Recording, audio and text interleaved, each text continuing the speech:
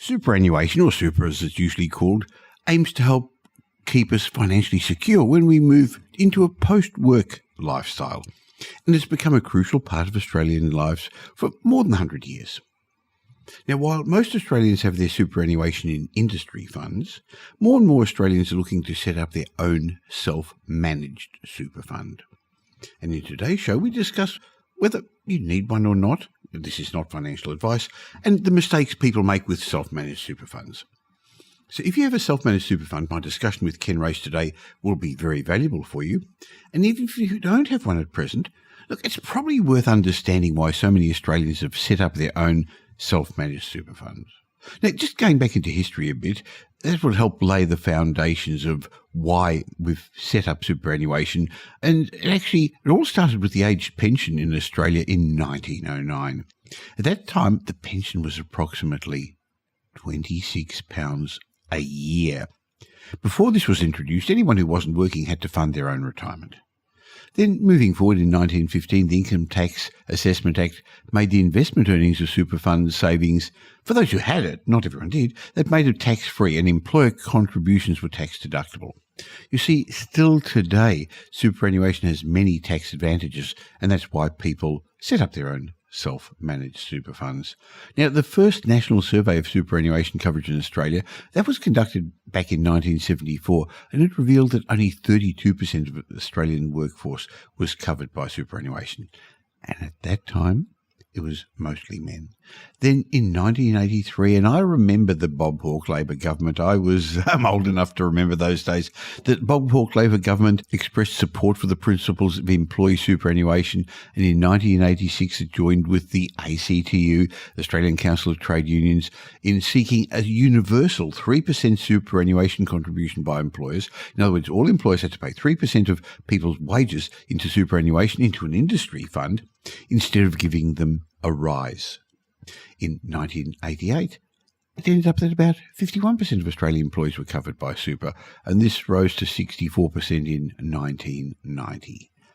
And then in 1991, the superannuation guarantee was introduced. Now, this is all just giving you a little bit of background, because compulsory superannuation now means that employees get money into either their industry super fund, or many have set up their own super fund. In fact, there's 600,000 self-managed super funds, or SMSFs, in Australia.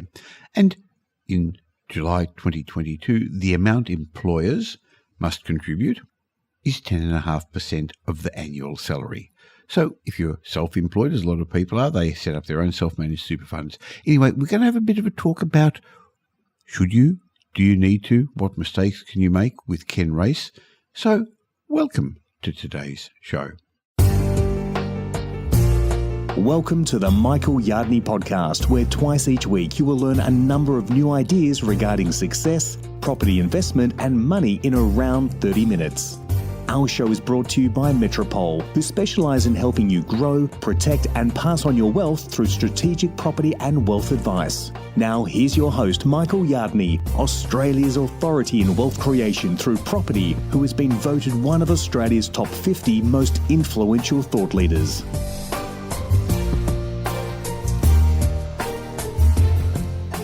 Do you have a self-managed super fund? Do you need a self-managed super fund? Well, apparently there are around 600,000 SMSFs in Australia, and this number's increased about 4% on the previous year, and there's almost 1.1 million members of these self-managed super funds. Now, of course, every Australian employee has access to superannuation, or they should have. Either it's managed by somebody else or it's managed by you. So that's the discussion today I'd like to have with Ken Race, Director of Metropole Wealth Advisory. Should you set up a self-managed super fund? And if you have got one, if you're one of those 1.1 million people who has, are you doing things right? Or if you're non-compliant, do you know you could risk losing up to 47% of your fund's balance? Now, that's a scary thought. So welcome, Ken. Thank you, Michael. Now, I think, as we always do when we talk about super funds, Ken, we actually have to start with a disclaimer. There's always a disclaimer at the end of the show, but let's put it up front that self-managed super funds are a financial product, and even though you're an accountant and a licensed financial planner, this is not financial advice, is it? No, Michael, this is not going to be financial advice. It's going to be general comments in nature. And if you need specific advice, then you should seek that independently, which Metropole can help you with if needed. Sure. So, unfortunately, all this has come around in some ways because there were advisors who were, so-called advisors who were telling people to buy properties in their self-managed super fund or invest in this area and that area, when in fact they had a vested interest and people got into trouble. But the superannuation system, I guess, Ken, has been put there so that people can take control of their financial future, because I don't know how long the pensions are going to be able to last, and it's quite possible that there won't be a pension for a lot of people listening to this in the future. So why not take control? Why not invest in your future, because you're going to be living there a long time, Ken? That's right. We all pay our super guarantee, currently around 10%. That's going to grow another few percentage points. So out of our wages, we're putting money into super, but that's like a big bucket that someone else looks after, and you don't really have much access to information about that fund. So a number of people have decided to control their destiny, so to speak, a little bit more, and do their superannuation via a self-managed super fund. Well, I know I set up my self-managed super fund way back in the 1970s, and there was only a really small amount of money in there. And I can't remember when, 30, 40 years ago, I thought, hey, is it even worth it? There are some costs, there are some compliance costs. It takes a little bit of time to work out. And I almost said, no, I'll just actually put it into one of those managed funds. My accountant at the time talked me out of it, and I'm very glad he did, because now, having had control of my super fund for a number of decades, it's actually given me a whole lot of options. There'll be people listening to this, Ken, who have got a self-managed super fund and they're going to get a lot of benefit from this, but there's also going to be people who are wondering, why should I even bother? Is it worth it for me? Who should consider thinking about getting into a self-managed super, that's bad wording, who should consider getting advice about setting up a self-managed super fund? So I think many people set up a self-managed super fund for greater control over the investments and operating costs. But it's a bit of a misnomer if we look at the word self-managed. You know, we're not expecting you to do the accounting and the asset allocations. The self-managed really means it's under your control, more so than you're doing the work. So you do need advisors, skilled advisors in this space. And what we find with self-managed super funds is they're actually administered by the ATO, unlike the retail or industry funds. And therefore, the ATO puts a lot of resources behind making sure people operate it correctly. They don't use it as their own ATM, so to speak. So people who should look at the options of maybe entering into a self-managed super fund, I think, are people who want a greater control over what they invest in, the asset classes they invest in. I think people in a family situation where pooling of individual family members, funds coming together for a greater balance is another area why people do self-managed super funds. And I think a big one, and it's becoming more and more prevalent, is managing and having some control over your costs. Because in a self-managed super fund, your compliance costs, your accounting costs, that's based on time, on transactions. Whereas the big industry funds charge you a percentage. And that percentage is either the amount of money you put in or the current balance, whichever is the greatest. So in a lot of instances, you're actually being charged on a balance that's gone down. There's a few other issues too with managing your tax affairs a bit better. Self-managed super fund gives you a lot more control over those funds when you pass away. So there's many reasons for people to consider it.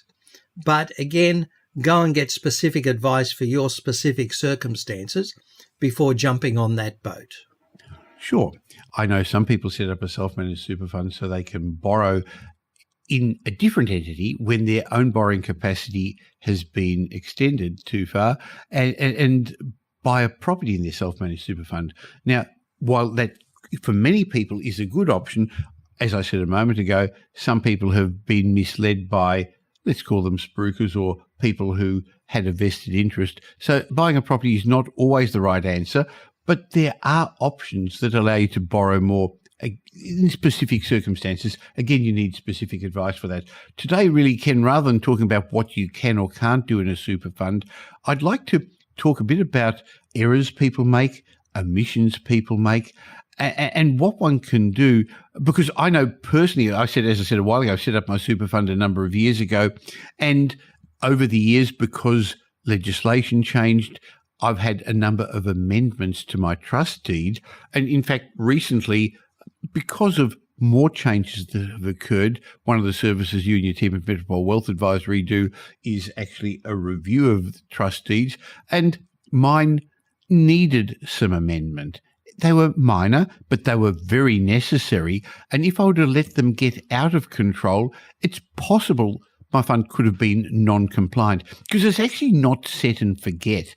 So we hinted before, there are some significant penalties. How hard can the ATO come down on you if you're not compliant? Extremely hard, and certainly the maximum penalty is 47% of the fund balance. So if you got 500,000 in your super fund, it could be just shy of 250,000. You lose half your balance. And then on top of that, there's interest penalties and things of that nature. Now, obviously, the higher penalties are for the more severe contraventions, but the more severe contraventions can even lead to civil actions, criminal actions. You've got to be very careful. And as you said, it's not a set and forget, because when the government makes changes to super, and we all complain, oh, they've made another change, the changes of the law are automatically picked up by the big retail and industry funds, even if they don't actually change the deed. But a self-managed super fund is only what you have in your deed. So you need this periodic review to make sure it can do what you're wanting it to do, can maybe expand your options if new opportunities arise, as it did a number of years ago, where you could borrow money to buy investments such as a property. Those old deeds had to be amended to include that. And certainly when you move to pension, there's been a lot of changes. So to take full advantage of those changes, you actually need to make sure your deed allows for that. Okay, so some people are going to say, oh, that must cost money. Interestingly, I know the service that Metropole Wealth Advisory provides, a self-managed super fund deed review, isn't that expensive. But Ken, I'd assume it would actually be a cost to the super fund, so it doesn't even have to come out of my pocket. That's right. It's a cost borne by the super fund. And as you say, it's not coming out of the members' pockets per se, but it's coming out of their balance, which is being used to create future retirement income or death benefits. Okay, so we'll leave some details in the show note about how you can get a self-managed super fund review. I want to get into some errors and some omissions, but in case people are wondering, well, hey, they've stirred it up now, I'm actually wondering what I can do. We can talk a bit about what the super fund review involves in a moment. You can always just go to metropole.com.au and click on the Metropole Wealth Advisory tab. As I said, I'll leave a link in the show notes so you can organise for your own review. But let's go through some of the common errors that during these reviews you have come across that we want people to avoid. Yeah. Maybe before I mention that, I'll talk about operating an SMSF is about understanding the legal requirements and the available options, just as much as what do I invest in. So the typical financial planner focuses on the asset class allocation. What do I buy? What's the balance of shares versus cash versus international? But the legislation is law. So it's all about understanding what is allowable and how to actually implement it. And just as a side note, I always come back to that. The current SIS Act, that's the Superannuation Industry Supervision Act, the current act today is larger than the Tax Act was when I did my accounting degree. So it's full on. And you're not supposed to know as the individual member or trustee those individual areas of the law and how to implement it, but that's why you've got to work with SMSF specialists. So I sort of have boiled it down into two main areas or two main questions that people have got to look at. Errors that they've made or omissions that, while not a contravention, may cause the fund to operate at a suboptimal level. And by that I mean you don't get the best results. Well, that's really important, because if you've got these funds to set aside for you and your family's future, you really should be working them optimally, Ken. Correct. So the most common errors that we've seen of late are fairly basic ones in the main. And a self-managed super fund requires each member to be a trustee. A trustee is a person who will make the decisions. You know, what do I invest in, asset allocation, how do I operate it, etc., etc. Each member has to be a trustee. And what we find in a lot of instances is individuals take on that responsibility to become the trustee. So John and Mary are the members and John and Mary are the trustees. And the problem with that is if a new person comes into the fund or if John or Mary passes away, then all the assets that the super fund have bought, the name has to change. Because when you buy shares, when you buy property, when you have a bank account, that's opened under the name of the trustees. So if those trustees change, you've got to go and change everything. And what we find is if the fund is non-compliant, the ATO penalties are per trustee. So if you've got two trustees... Goes back to the individuals. Yeah. So if you've got two trustees, you get the same penalty applied twice. And as such, we find that if not in all cases, certainly the high majority of cases, we should see the trustee being a company and then the individuals, the directors. Because what happens if you've only got one person in the fund? The law says you've got to have a second trustee. So that means you've got to go to a family member and basically tell them what you're doing in your super fund. And a lot of people don't like to do that. No, sure. So a company gets around that because you can have a single director company for a single member super fund. Okay. So what are some of the other common errors you've come across? Yeah. One of the other main ones is the documentation that people put in place that says when I die, who gets the money, if I can put it so crudely. That's called a binding death nomination.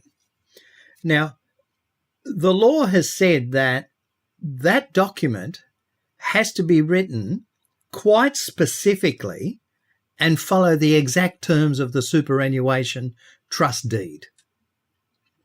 And if it doesn't, it becomes non-binding. So we then see that... Many people don't realise, of course, Ken, that the super fund isn't part of your will.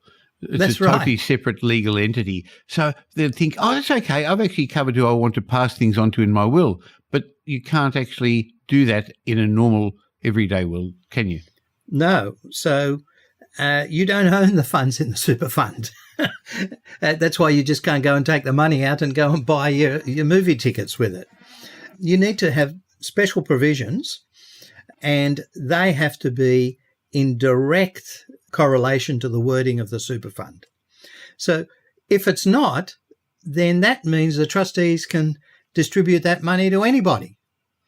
And that may mean the money goes to people that you don't necessarily want, or it could go to people that have a tax liability on that money versus someone else that won't have to pay tax on that money. So what we find is people need to take control of how they pass on that wealth in the super fund and do it in such a way that their wishes are actually followed. So it's quite important to make sure that you write that binding death nomination in a very prescriptive way. Right. Okay.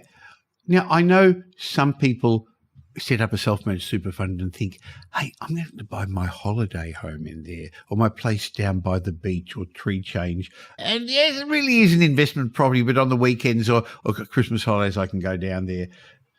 You can't really do that, can you? No, that's an absolute no-no. So, as super and therefore self-managed super fund is only set up to generate retirement income or pay your death benefits. So you actually can't take enjoyment out of the assets you have. So if you've bought a vintage car or, dare I say, some bottles of Grange, a painting, you're not allowed to have them on your premises. They've got to be safely kept in a vault somewhere. They've got to be properly insured. And that's another big mistake we see, that people actually don't manage where those assets are kept correctly. And that is a big contravention. You've got to get those sorts of assets periodically valued. It's got to be insured. And following on from that, another big mistake is people don't have a detailed, written, formal strategy of what they want to do with that super fund. So that's got to be done at the beginning of each year. You don't write it once and then it's there for the next 5 years. It's got to be reviewed periodically, but at least annually at the beginning of each period. Now, that's interesting because I bet a lot of people listening to this podcast are not going to have done that. So that's important to do. Thank you, Ken. Yeah, very few people do that. So if you're unfortunate enough to get an audit, that's low-hanging fruit for the ATO. Now, we were getting back to a minute ago about what you can invest in, and I sort of jokingly said about a holiday home, even though it's not joking because people think about that. But there's also other strict requirements of what you can invest in. So while with regard to property, you can invest in commercial property, which is your business premises, you can't actually invest in property that your kids or your family members or you live in, can you? It goes back to what you said a moment ago about not being able to have enjoyment from it. That's right. So when we take that analogy a bit further, your super fund isn't allowed to invest in a related entity, something that you're part of. So there's very strict rules about that. So you just can't invest in your own business. You can't invest in your own holiday home, so to speak. So there are specific rules of what you can invest in and also who can invest in that, because you can't have a property that's owned by your brother and then you say, I'll invest in that property with my brother, because the two of you are related and the ATO combines the two ownerships and therefore it says it's akin to you investing in that property. So if you want to invest in property, there are very strict rules, particularly if you want to take debt. And while it's allowable, it's got to be done in line with the legislation. And look, there is a small exemption of investing in a related entity. The rules allow you to spend up to 5% of your super fund net assets in a related entity. So for most people, it's not that much money, but it's a little bit just in case. Okay, that's interesting. Now, you mentioned in passing that you've got to revalue your assets. How often do you have to do that, Ken? Look, I would be doing that annually, particularly with property. Listed shares, that's easy enough. There's a market for those. So we see a lot of clients buying property in their self-managed super fund. They use a deposit and then borrow the balance. So they've leveraged up their balance. And property and super almost go hand in glove because they're both long-term strategies. But like any investment, it's got to be a good investment. So what we find is that things like property, there's no marketplace to give you a definite market value. So as such, you should value it every year, and then that would be reflected in the accounts. Now, Ken, we've gone through a couple of errors, and I actually now want to go through omissions, and I guess they're errors in some ways too, because you've forgotten something. But before I do, for some people, this is a very dry subject, and they're wondering, how much longer do I have to listen to this? I think it's so important. If you're one of those 1 million people who is involved in an SMSF, or if you're building a substantial balance in your industry super fund, sometimes it's actually worth considering taking the money out of that and putting it into an SMSF. Again, this is not advice. You should see advice on what the minimum balance should be, how you're going to balance your investments there, what the ongoing costs are. But I think you need to take advice from somebody who has a holistic approach to this. And I know that's part of what your team at Metropole Wealth Advisory do. So before we actually go on to the omissions, maybe we can just do a shameless plug about what you and your team can do and how they can help people in the superannuation field. So we've got a service that we'll call Self-Managed Super Fund Deed Review. So we're reviewing the contents of the deed. Is it written correctly? Has it got up-to-date requirements in there? So it's got nothing to do with what you're investing in, etc., etc. So most of the omissions and the errors are in relation to, does the deed allow you to do what you're doing, or does it include options for you to do things better? But Ken, some people are going to say, shouldn't my accountant be doing that? Yep, that's a very good question. I think it is too specialised an area for the normal accountant. And what we find is a lot of practitioners that might sell you a self-managed super fund, a lawyer or an accountant, they tend to buy them off the shelf. They're not self-managed super fund specialists. So they treat it, I think, as a trust deed, and they're not on top of what you can do. It's the same as saying, I've been given a Formula One car, but I need someone to teach me how to drive it so that I get the optimal performance. So, and it needs that little bit of tweaking. So I would highly recommend you go to a self-managed super fund specialist to talk about self-managed super fund. And as part of the SMSF deed review, we go through and look at your super fund. Are there new legislation that hasn't been included? Is there old legislation that's now not allowed? And, to make sure that you're not doing something that is no longer allowed. And then there's provision to actually upgrade that deed to the current standards. Okay, well, I'll leave a link in the show notes about how we can find out all about that. Okay, so now, Ken, we talked about some errors, but you also at the beginning of this said you wanted to talk about some omissions, things that people are not including. So what are those things you're thinking about? It's funny, as I was writing my notes for this podcast, I got to 12 and I could still keep going. So what I'm going to do is maybe just cut it down to 3 of the biggest omissions that have the biggest impact on people. So the first one is, what happens to your funds when you die, when you're in accumulation stage? So before you retire, you're in accumulation stage.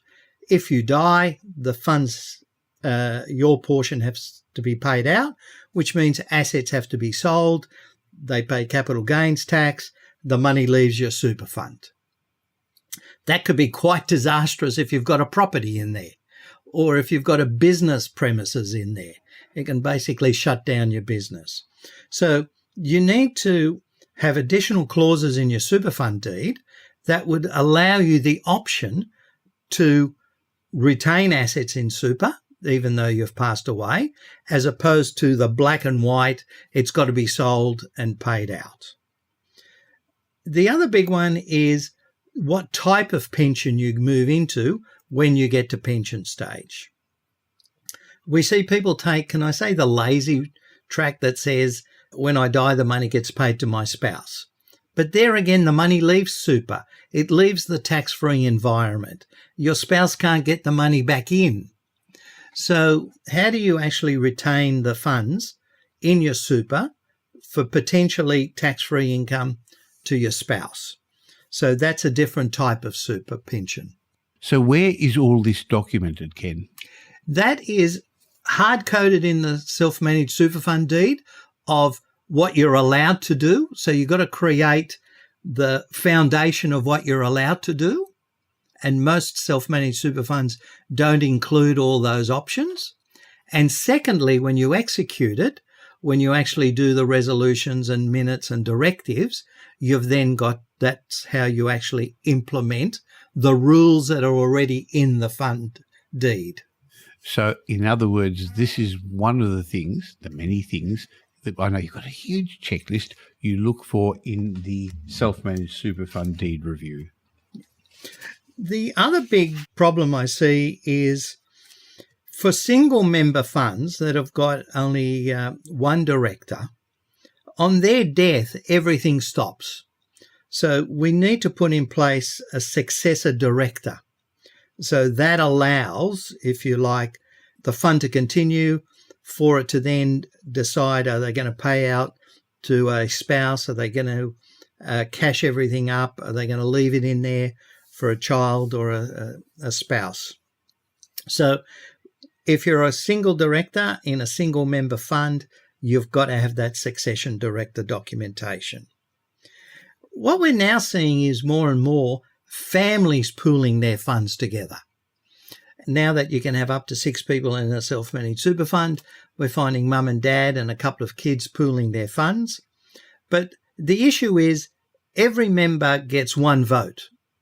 Whether you got $1 million in the fund versus your child with 10,000, you get one vote each, which could cause problems at different stages of making investment decisions or paying out death benefits. So where we do have multiple members, particularly outside of the spouses, we like to have proportional voting. So that means if you've got $1 million in the fund, you've got 10 times more say than someone with 100,000. So you can't be outvoted, which has happened in many, many instances. So there's some of the big omissions. As I said, there's a lot more, and we can certainly assist clients by identifying those various options through the SMSF deed review. I guess there's 2 stages of a super fund, Ken. There's the accumulation stage where you're putting funds in. You can put some in based on what the regulations are. You can put some extra in along the way. You can even, under the correct ways of doing things, lend money to the super fund. But then there's the next stage where you actually go into pension. Are there different types of pension that you can take? How do you decide, how am I eventually going to live off all this? Or what do I do with the funds when I've now retired and want to use these assets I've built? Yeah. So as I sort of alluded to a little while ago, there's 2 types. The standard one, which, you know, the bulk of the people do, is they go into a pension stage that says, yes, I'll get my pension, but on death, you know, I'll pay it out to my spouse, just as an example, or my partner, relationship partner, that is. So what happens then is when you die, the super fund can't be in pension stage anymore because you're dead. It's a terrible way to talk about things. So you move back into accumulation stage, and therefore the assets are sold, and you've got to pay the 10% capital gains tax. Whereas there's a different type of pension that would allow you to retain your funds in pension stage. So even if you wanted to sell them, at least you don't have to pay the 10% capital gains tax. And in a lot of instances, you can retain it in the fund for the benefit of a surviving spouse. I guess part of the reason for this conversation today, why I wanted to have it with you, is because a lot of people just have their super as a set and forget. And considering the amount of assets that can accumulate in there, that's not the right way of doing things. So if you're wondering, is a self-managed super fund appropriate for you, get correct advice, not from somebody who's got a vested interest. And because considering it's a financial product, you actually should be seeing somebody with a financial planning license. You have to. Not all accountants can give advice on that.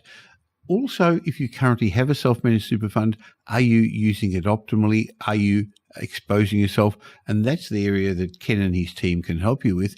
And I think the other thought is really it's just one part of your total wealth plan. So having a wealth plan, part of which is a property plan, part of which is a structuring plan, part of it which is a tax minimisation, legal tax minimisation plan, is part of what you and your team do at Wealth Advisory, Ken. And so I think that's one of the big differences, that while you have an accounting degree, you're an accountant, not that you do people's accounts, and you've got a financial planning licence and a real estate licence and you're a business person, I think what you're doing is actually speaking the various languages of all the different consultants, and you're that central point to actually be able to help our clients by bringing it all together in the one place. That's right. So it's a very holistic approach, and it really gives new meaning to the term, you don't know what you don't know, you don't know. And, yes. You know, the accountant doesn't know the law, doesn't know the financial planning, doesn't know the estate planning. So I think more and more we need somebody to sit on top of all those and actually give direction so that all those pieces are working to the maximum benefit. Now, up to now, that's been, I guess, a very expensive service that all the high net worth individuals in Australia utilise. But through Metropole Wealth Advisory, we've actually now brought it down so to the cost where the average Australian can benefit from this service. So go to the tab in the show notes or to metropole.com.au and let's see if Ken Race can help you as well. Thanks for your time today, Ken. Thank you, Michael. Now here's Michael's mindset message. Remember, a change in your thinking will lead to a change in your life. In today's mindset message, I'd like to have a chat with you about the age-old debate. Does money really buy happiness? And there's interestingly a lot of scientific work giving suggestions on both sides of the argument. I'd like to give you 6 reasons today why money can buy you happiness. Now, again, it's not for everybody, and we know that some people with some interesting, unpleasant behaviours become even more unpleasant when they get more money. But generally speaking, having enough money for the basic necessities in life, as well as your wants and needs, usually means a happier life. Now, I'm not saying money's going to solve all your problems. Clearly it's not. Money's important in those areas of your life where it's important, and it's not at all important in other areas of your life where it's not important. But any problem money can solve isn't really a problem when you have money. While there's plenty of research out there, as I said, that money does indeed buy happiness, the secret is it seems that true happiness comes from deep personal connections and life experiences rather than material goods. And boy, have we seen this in some of the challenging times brought upon us over the last while with COVID-19. But there's also information showing that people at the lower end of the income scale are more vulnerable to depression and other mental health problems. Now, again, this is not a judge of people, but let's just have a look at some of the research indicating that money does indeed play a role in making people happier. First of all, it's been shown your children's brains are going to benefit. There's a growing body of evidence supporting the idea that growing up in poverty can have a long-term impact on children's cognitive development.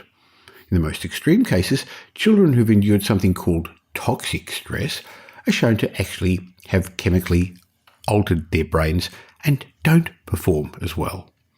The second reason money can buy happiness is you're less likely to experience depression. A 2012 report revealed that people in poverty are more likely to suffer from health problems, with depression being the most common. About 31% of poor people said they'd been diagnosed with depression at some point in their life, compared to about 16%, half as many of those not in poverty. The third reason that money can make you more happy is it will allow you to save a life more. When you've got money, you don't need to focus so much attention on acquiring it in order to meet your basic needs. This frees up your mind to actually enjoy the experiences of life. There's been lots of studies suggesting that. Also, birds of a feather flock together. So many happy people associate with other happy people, making your life even better. The fourth reason is that money can buy you valuable experiences. There's considerable evidence that buying stuff doesn't really make anyone happier. Well, it does in the short term, doesn't it? But not in the long term. But paying for experiences, that gives you a really good bang for your buck when it comes to happiness, according to multiple studies. Now, whether it's swimming with the dolphins off the coast of Western Australia or hang gliding on the Sunshine Coast or whatever, experiences do cost money. Good experiences can, and having more money allows you to enjoy those. Now, the fifth reason why money can buy you happiness is you can spend money on others. When you've barely got enough to support yourself, you're probably not thinking about giving back to others. But being generous with your money is a path to happiness. It's something that we personally do, give a lot to charity, and you probably know that we've run a number of charity balls, and my wife Pam's run 3 charity balls recently, as well as donating time, effort and money into a number of good charities. And the sixth last reason that money can make you happier is, interestingly, according to the Journal of Consumer Psychology, you're less likely to be lonely. They found people with meaningful social connections are generally happiest. And there's also evidence that people with less money are less likely to be lonely. There's been a number of reports showing that poor social networks made you more likely to be unhappy, and having money gave you a better access to a large range of social networks. So again, money's not the most important thing in life. You can't really be truly wealthy unless you've got your health and unless you've got somebody to enjoy your life with, and you can contribute back to the community and you can enjoy your time. But having said that, there's nothing wrong with the pursuit of money, A, to make you happier, and B, to give to others to make them happier, whether it's your family, your friends, or charity. In fact, I believe it's your responsibility when you're successful and wealthy to help others up the ladder as well.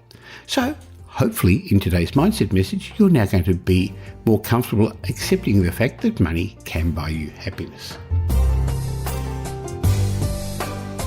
Thank you for spending this time with me today. And if you got some benefit from today's show and you know somebody else who'd also benefit from it, please tell them about it. Help me in my quest to make more people financially literate. Of course, you can always tell the world about it by leaving a review wherever you're listening to this podcast, or all podcast apps have a little share button, so please tell somebody about it. Now, I'll be back again real soon, but you can catch me in between these shows on social media. Just look for Michael Yardney. Oh, I've got a bonus for you, a way of saying thank you for subscribing to this podcast. Just go to podcastbonus.com.au. There'll be a link in the show notes, podcastbonus.com.au, and I've got a heap of ebooks and reports for you. Now, if you want to catch up between these shows, there's another way. You can also join my private Facebook group. Go to Facebook and look for the Property Update Facebook group, where I leave some tips every day. I'll be back again real soon. In the meantime, have a great week. Make it a great week. Thanks for listening to this episode of the Michael Yardney podcast, which was brought to you by Metropole, who help their clients grow, protect, and pass on their wealth through strategic property and wealth advice. If you like what you heard and don't already subscribe, you'll find us on iTunes or on your favourite Android app as the Michael Yardney podcast. Watch out for our next show, which comes to you twice a week, and you'll learn some new ideas about property investment, success, and money in around 30 minutes. To get more of Michael's thoughts, go across to www.propertyupdate.com.au and sign up for his daily morning briefing, and you'll hear from not only Michael but a group of leading property success and money experts. And just a reminder that the information you heard in this show today is general educational advice and not specific investment advice, as we don't know your personal circumstances. If you're looking for specific advice, why not ask the team at Metropole to help you?